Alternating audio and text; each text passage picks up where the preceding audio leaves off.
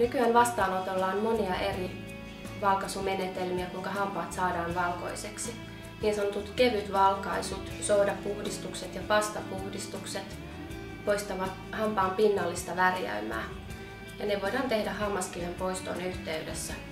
Jos halutaan vaikuttaa hampaan eli kiilteen ja denttiinin väriin, täytyy käyttää vahvempia aineita, kuten vetyperoksidipohjaisia aineita. Ja näitä hoitoja tekevät hammaslääkärit ja suuhygienistit. Silloin ikenet suojataan erittäin hyvin. Tämä vaalennusmenetelmä voidaan tehdä myös ennen kotivalkaisua, missä potilaalle teetetään henkilökohtaiset vaalennuslusikat laboratoriossa. Ja potilas vaallentaa itse kotona hampaitaan kevyillä vaalennusaineilla, kuten karbamidiperoksidilla. Näin saadaan nopeampia tuloksia.